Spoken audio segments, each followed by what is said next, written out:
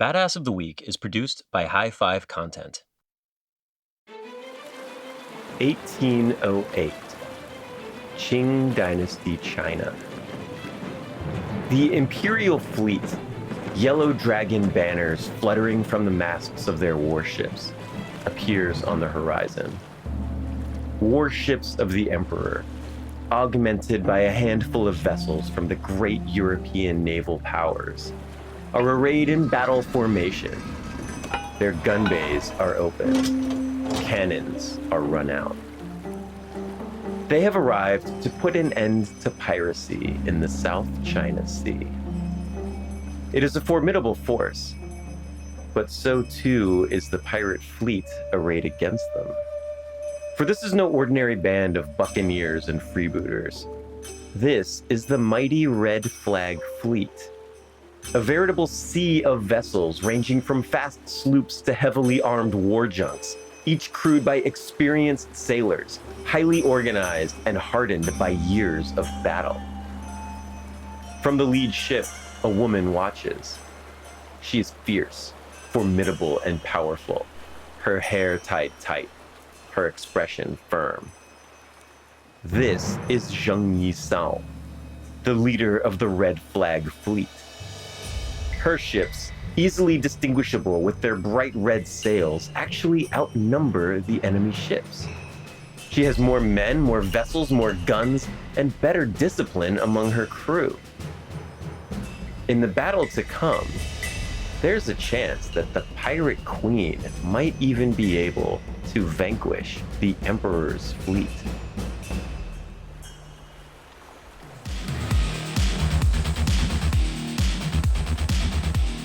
Hello, and welcome back to Badass of the Week. My name is Ben Thompson, and I am joined once again by a longtime friend of the show, the Senator, Brendan Phibbs. Senator, did we have that conversation at we this had point that on this? conversation, yes. I remembered your call sign from when you were funny. a pilot. That is funny. I think about that a lot because there's some pilots that they get a bad one and it sticks with them forever. And that just seems awful. Yeah, because you don't get to pick them. You have to be given them by the rest of your crew. And in deference to Goose from Top Gun, I was not a pilot. I sat behind the pilot and operated all the radar systems and stuff of the aircraft, but didn't actually have a stick in front of me. Okay. I think it's close enough. Yeah. That still counts. Yeah. You did get a call sign. Still had a call sign, still flew in a jet, still had an ejection seat I thankfully never had to use. Excellent. That counts. Yeah. Yeah. So we are, I'm very excited about the episode today. It's been too long since we've had you on, so I'm really excited to have you come on and tell the story that we're going to talk about today. But before we do that, I'm going to kind of pre-apologize, I think, because I am recording this from my in-laws' house in Brazil during the day, and they're building a building next door. There's a lot of construction noise. So if it sounds like I'm inside of a machine, that might be what you're hearing. I think they've stopped. It's been replaced by a barking dog now. So hopefully the magical people who edit this podcast will be able to make it sound like I'm not in the middle of a barking dog construction site. And if my 8-month-old Belgian Malinois decides to start barking in the other room, I'm just going to blame it on you. That's fine. Yeah, I can take the heat for that. There you no go. problem. It's a Brazilian dog. Yes, exactly.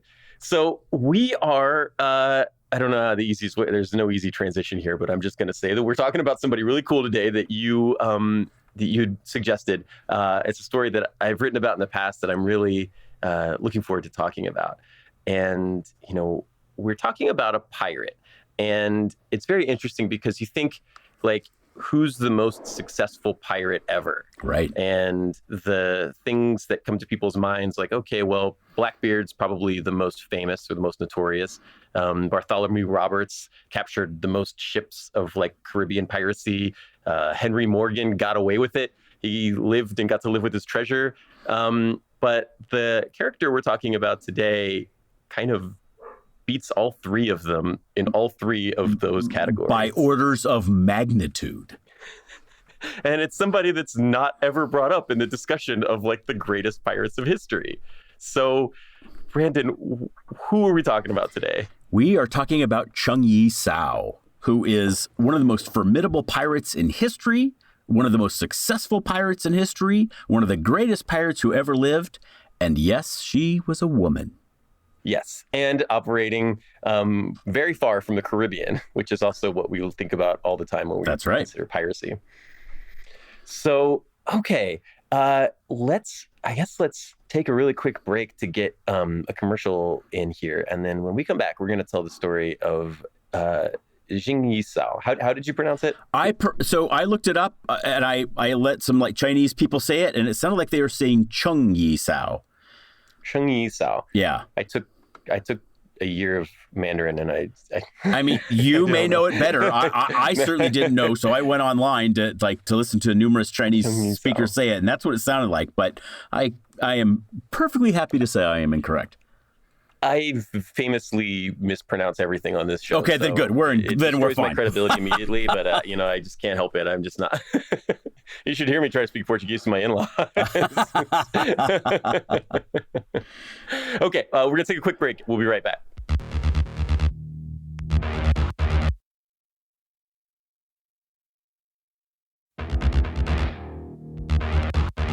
All right, welcome back to Badass of the Week. I am here with Brandon Phibbs. And Brandon, you have a really amazing historical figure to talk to us about today.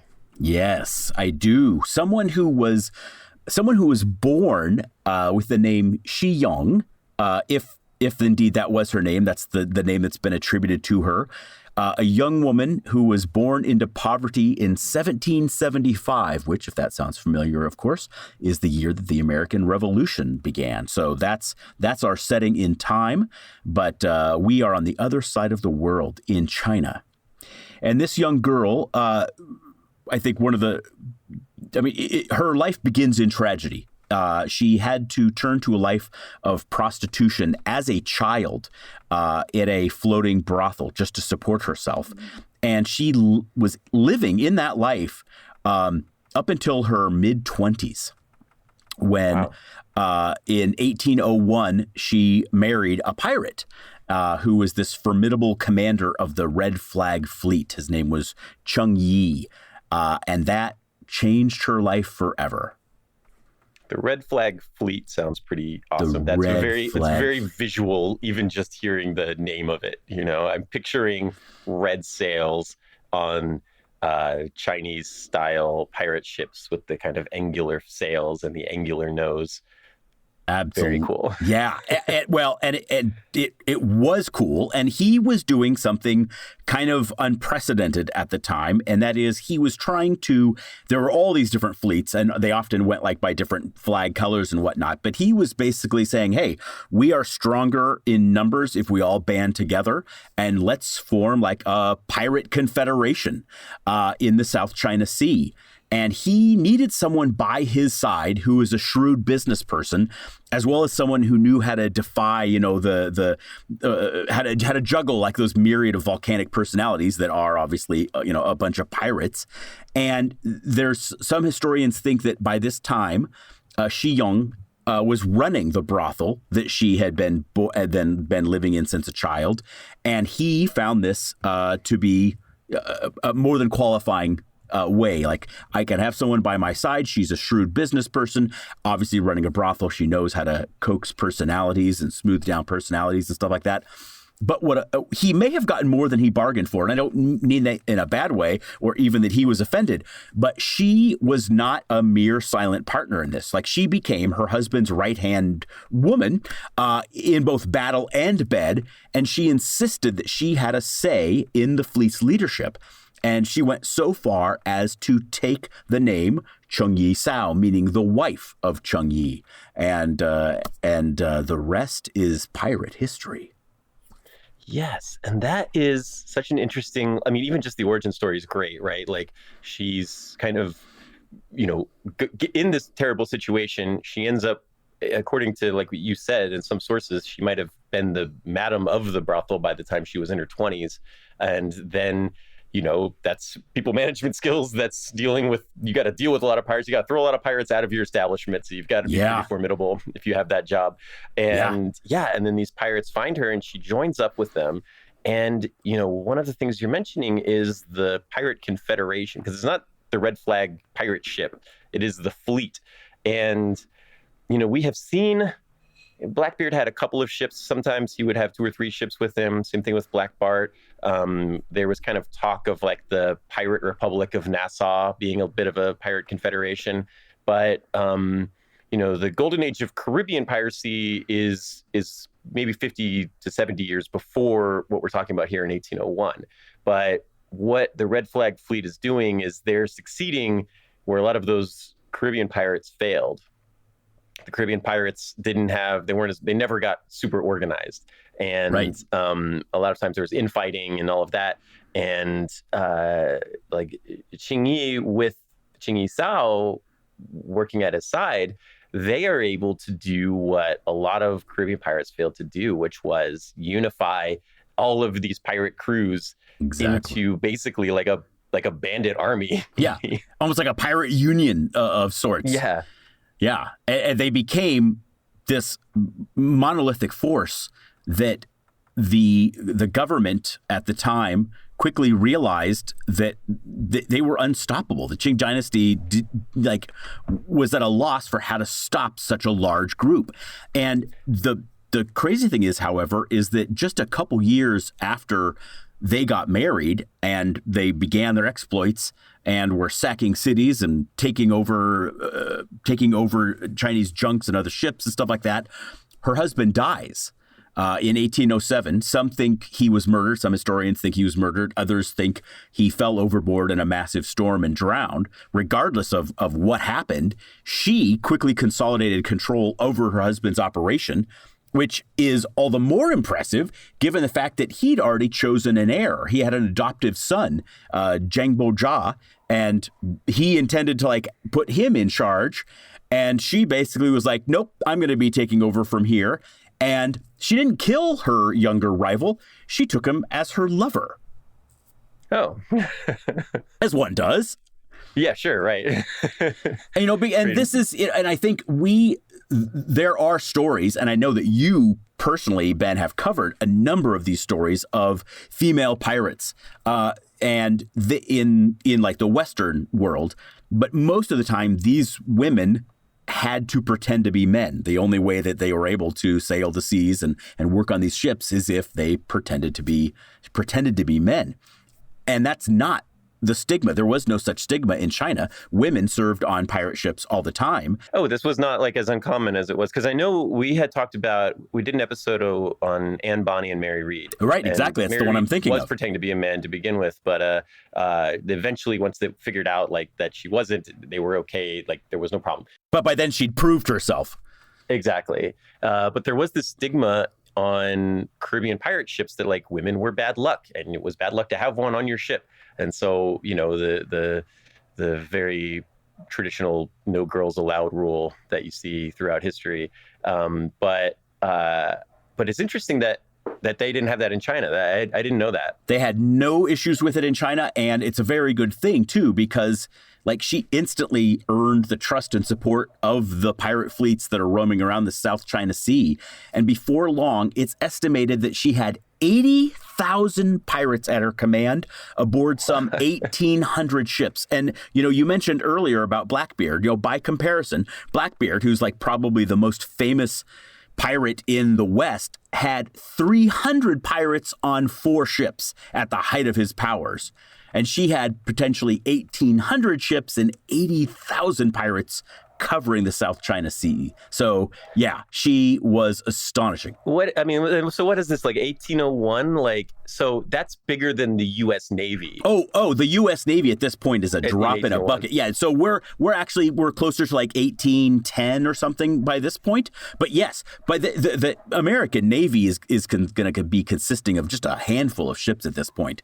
They wouldn't have been able to. They never ran into her, but they would have never stood a chance against her had they. Yeah, the Qing dynasty is who's in charge in China, and they're kind of on the downswing of their success. Very much they've so. Got maybe got maybe another 100 years left, which is short in the grand scheme of Chinese dynasties. And they can't deal with her, and they have a pretty formidable navy. 80,000 pirates. The scale of like military action in China throughout history is like unfathomable to, me having grown up in a very like Western centric history training. You think about, the Battle of Hastings, 1066, William the Conqueror, great battles from history. I think there's less than 10,000 people on the battlefield in that entire engagement, right? And it's a famous historical landmark. People go there and walk the battlefield, and there's videos showing you every troop position throughout the entire battle. And then you go and read about like China fighting the Mongols 100 years earlier, or a couple hundred years later, or whatever, roughly similar time. And it's just like, there was 1 million people on this side, 1 million people on that side, 1 million people died, but these guys won. Yeah. And you're like, what? Like this? I don't think there's 1 million people living in England at this time. we still today have those kinds of issues when it comes to China. I once did a TikTok about Chinese cities over 1 million people, and you can name off pretty much like all the biggest cities in America. If I asked you, anyone listening here can, because we know the big cities in America. China has something like, what was it, like 125 cities with more than 1 million people?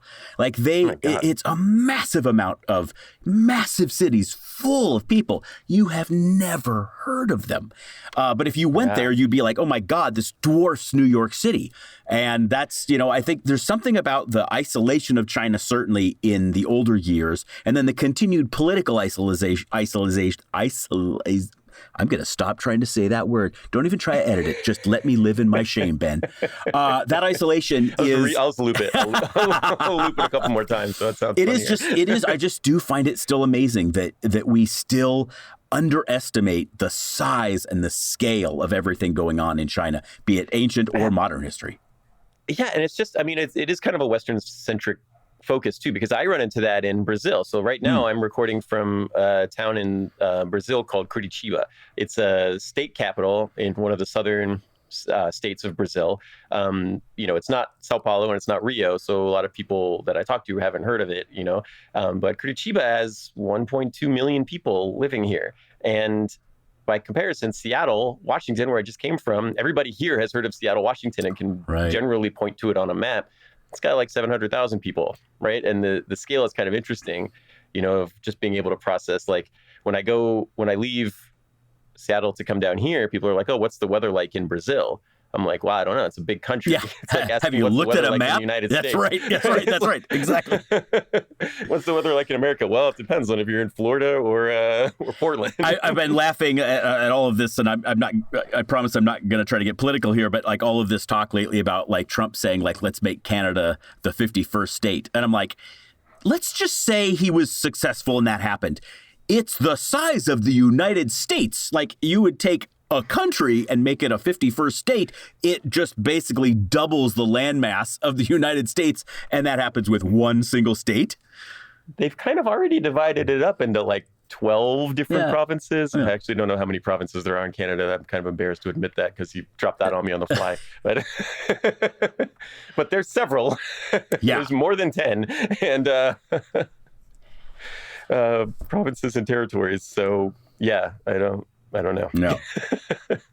But we are not talking about current events. No. We are talking about the early 19th century piracy in China. And so she has to get the respect of these rampaging 80,000 pirates. And they need to, she needs to get them in line and organize them.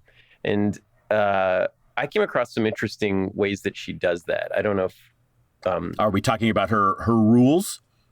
She has rules. She has rules. That she did. So she needs to kind of establish dominance here, and she needs to set up some rules. And, Caribbean pirates had rules too. They had, they voted for captains. They had all kinds of rules and stuff. But she was a little bit more Qing Dynasty about her rules. If you stole or looted from a town that provided assistance or tribute to the Red Flag Fleet, she would chop your head off with a battle axe and dump your body in the ocean. Or she would have somebody else do that. That was if you stole from the pirate treasury, or if she thought you were stealing from the pirate treasury, She chopped your head off with an axe and threw you in the ocean. Sexually assaulting female prisoners was punishable by death. Yeah. Having consensual sex with a woman while you were on duty was also punishable by death. Yes. And then they would tie the woman to cannonballs and throw her in the ocean and drown her. Yeah.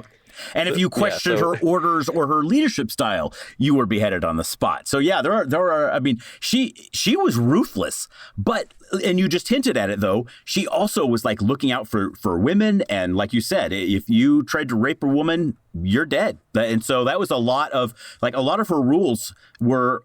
I mean, and some of them were also rules about distributing the money to the fleet. Like every time they conquered something, she took all the money and then evenly distributed it among everybody. Like, I think one of the reasons she was so successful is because she was so fair and lavish about making sure that everyone got a piece of that pie.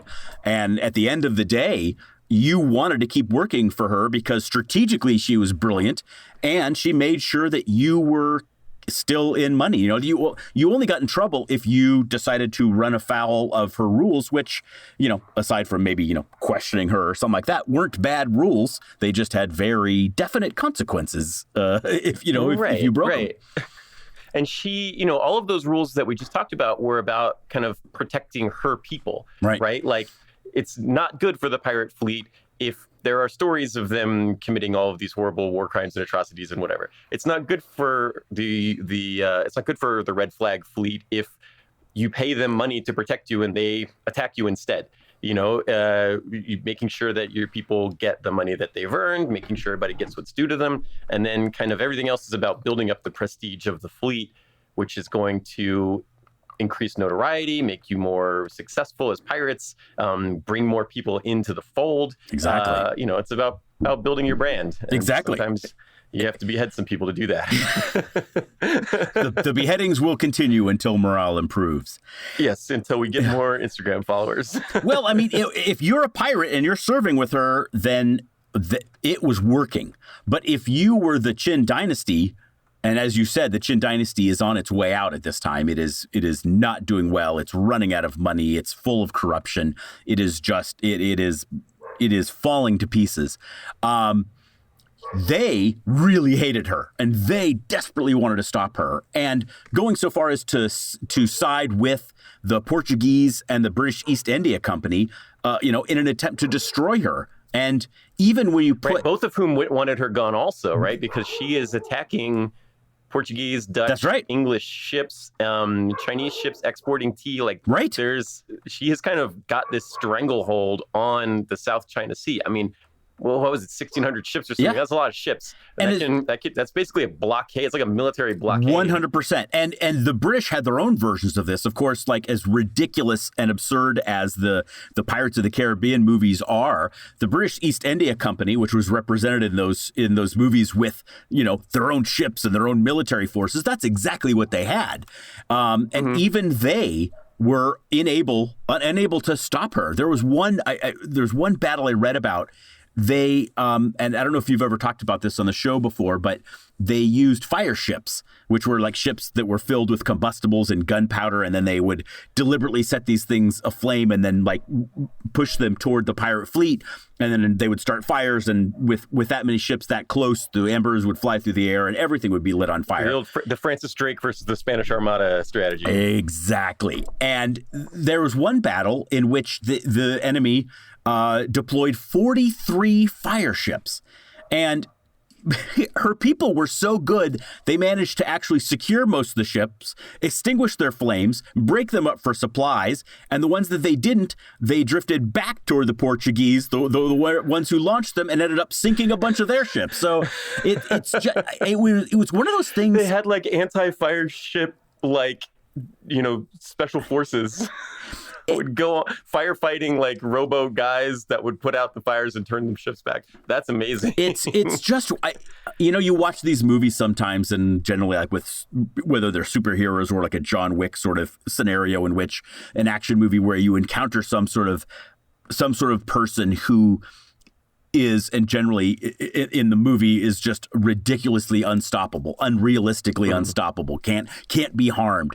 And every time, they encounter somebody, the next bad guy they encounter is like, oh, nope, out of here. Like I'm running. I'm not even gonna engage in this battle. I know who this person is. I'm running away. And that's the kind of reputation Baba she Yaga's got. Here. The Baba Yaga, yeah, exactly.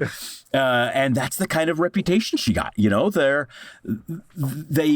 forces were obviously being blunted by these many attacks, but none of them ever took her down. She was, in fact, the Red Fleet that she commanded was undefeated throughout the entirety of her command.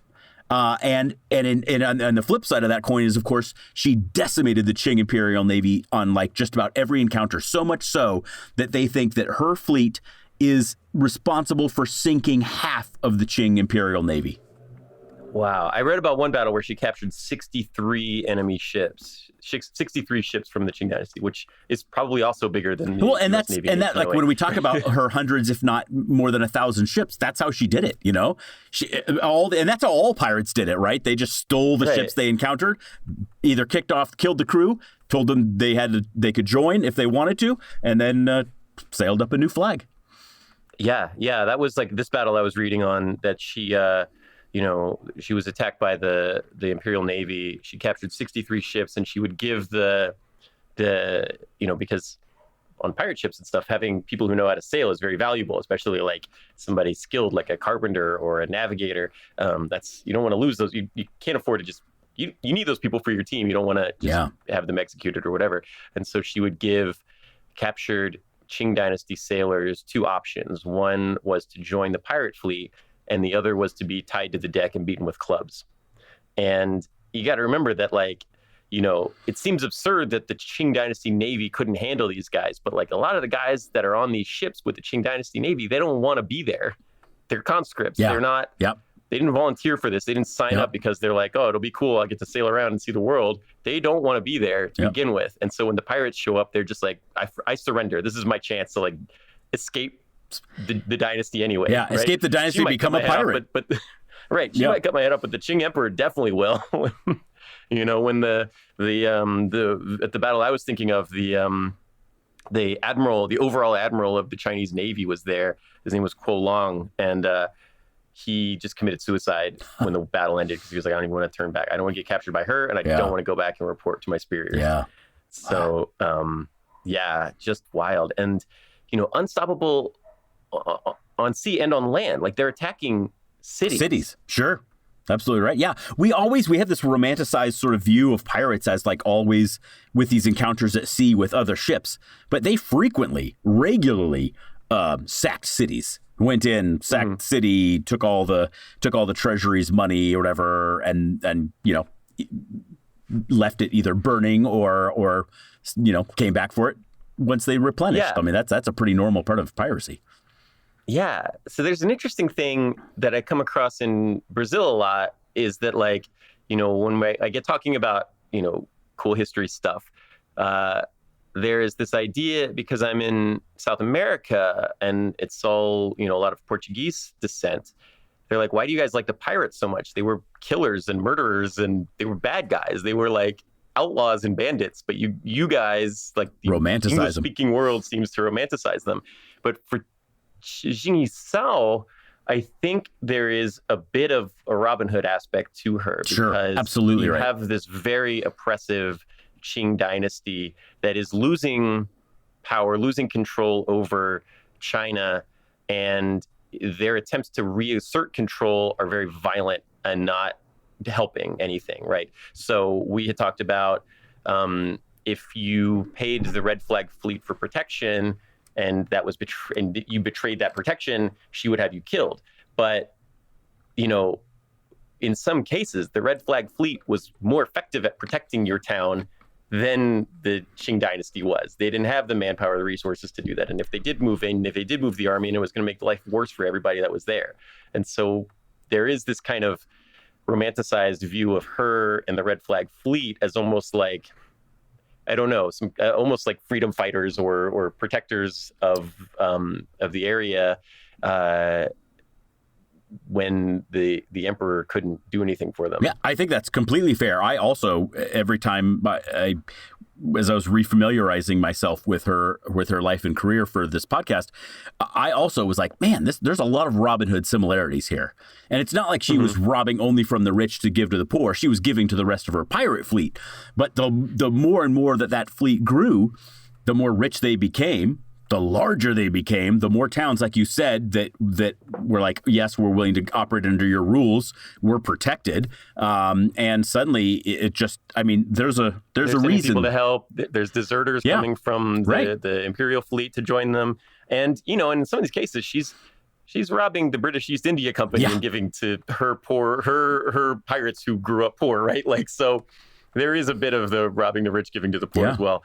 For her, and especially like, you know, battling these invading, because the British and Dutch and Portuguese East India companies at this time are not, you know, they're not looking for like fair trade agreements. They are here to, you know, place civilization to and like exploit resources to the maximum ability. This is a corporation version of conquest, imperial conquest, just with it always makes you think of Shadowrun, where they're just like the corporations have their private armies. Yes. And like, I mean, and you see what they do in India and in some of these other places, and even in some of the regions that they control here. You know, they don't really seem to have the population's best interests in mind. They are trying to make a profit and bring it back to their home countries.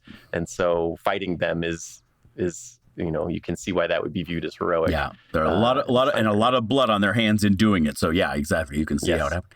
And speaking of blood, one of the things I love about this story is that in nearly every single pirate story we talk about, it's they died in battle on the deck of their ship fighting so-and-so, or they were finally captured and hung, and that was the end of their story, and their legend persists because of all of these colorful things.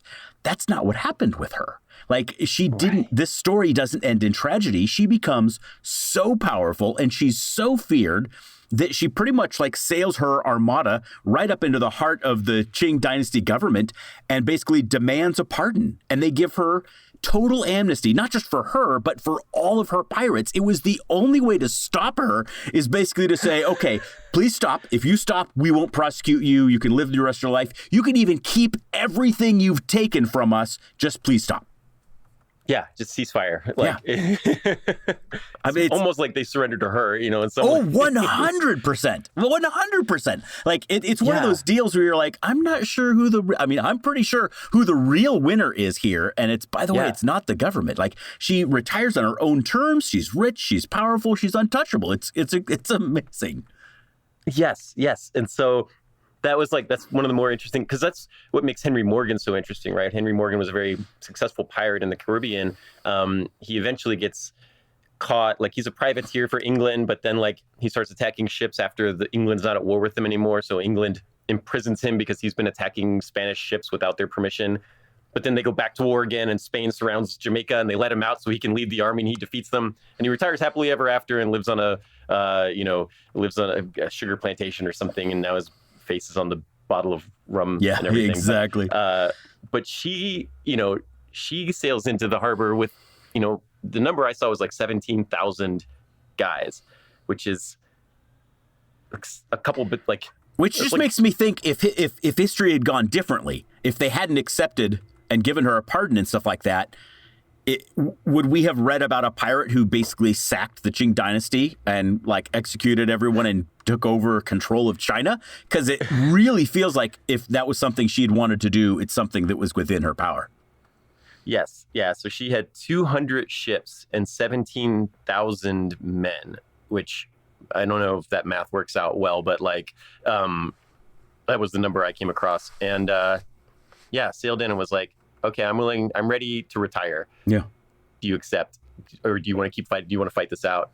And Qing Dynasty was like, no, go for it. And then she retires. She and her pirates get to keep all of their plunder. Yeah. And in 1810, they retire. Yep. And she marries her lover, that she took at the beginning of this story, Zheng Baozhao. She marries him. Yeah. They have kids, or at least one kid. There were a couple different stories. She had at least one child. She opens a gambling house and a brothel, gets involved in the salt trade, and lives the rest of her life in the lap of luxury. And she dies in 1844 at the age of 69. That's such an amazing story. It is such an amazing story. To be one of those, like you were talking about, however many 120 cities of 1 million plus population, the numbers weren't that big in 1810, but like comparatively to what was going on in the rest of the world, they were, right? Yeah. I mean, maybe the biggest cities in the world at this time had 500,000 or 100,000, but like there were a lot of people in China, and there was a lot of poverty in China under the Qing dynasty. And for somebody to come from where she started to take over the pirate fleet and then make it the most powerful pirate fleet probably ever constructed, and then retire to old age. I mean, she's been doing she dies at 69 and she takes over the fleet at, we don't know for sure because some of the details on her early life were pretty sketchy, but like 20 something, right? So she was 20. She was 26 when she got married, I believe. So, okay. But so her late 20s or early 30s or something like that. So 30 something years. Yeah. She's was the most feared. Yeah, for 30 some years. Yeah, exactly. And gets away with it, and militarily defeated the navies of Europe and China, and was undefeated. And anybody who crossed her got their head chopped off or got their city sacked or whatever. And, who's the greatest pirate in history? Yeah. I mean, I don't think it's without question. It's her. I mean, the conquests she made, the defeats she didn't have, the money she made, the pirates, the sheer amount of people and ships, it's not even, like I said at the beginning, orders of magnitude. There's no competition. This woman is the most successful pirate in the history of piracy, period, full stop. Yeah. And what you said, there's not when Blackbeard is defeated, they cut his head off and his dead body swims around the boat 3 times. And there's, the stories of and he's still hanging from the mast and the ship is still sailing around the world today, I wrote a podcast for the tourism board of North Carolina, and basically enticing people to come to North Carolina based on all of the fun paranormal stories they have, ghosts and hauntings. We had talked about this on a previous episode. And I definitely featured Blackbeard because, his ghost is still said to haunt the island and islands around the shores of North Carolina, and people still go and occasionally hear him. Yar. Yar. Yar in the night. Yar, yeah.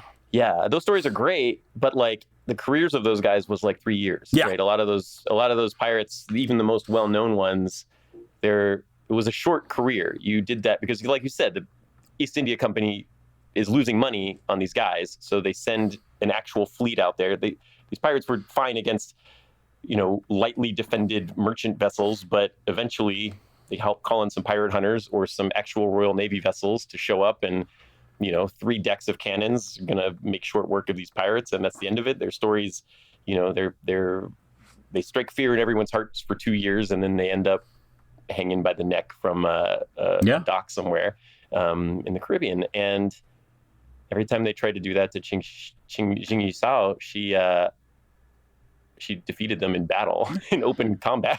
Even if they had caught her eventually and killed her, given the scope of everything she did, we'd still be talking about her.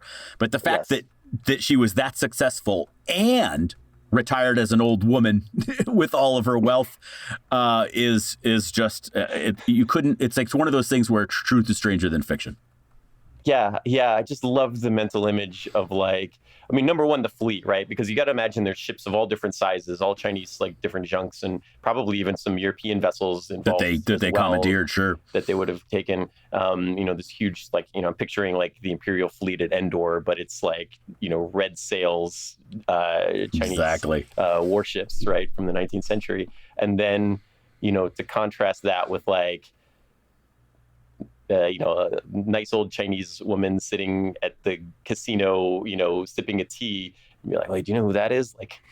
She'll chop your head off with an axe. She's crazy.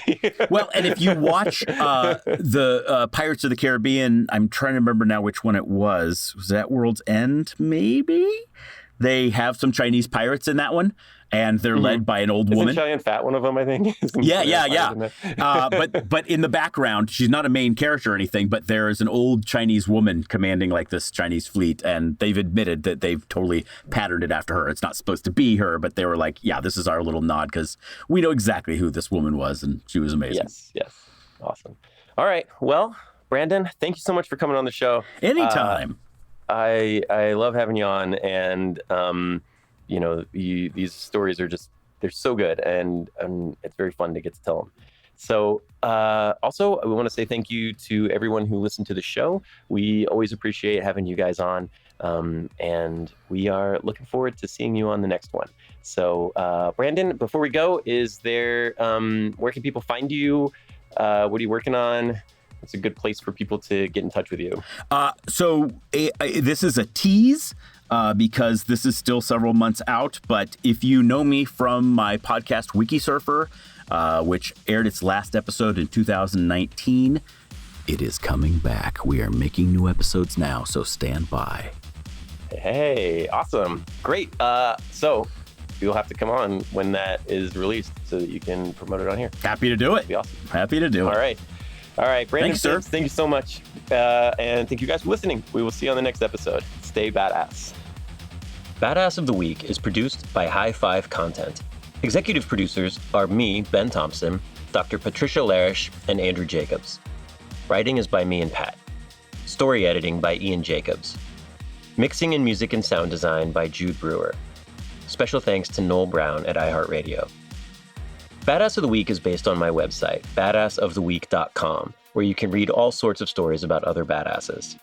If you want to reach out with questions or ideas, you can email us at badasspodcast@badassoftheweek.com. If you like this podcast, please subscribe, follow, listen, and tell your friends and tell your enemies. And please leave us a rating. We'll be back next week with another one.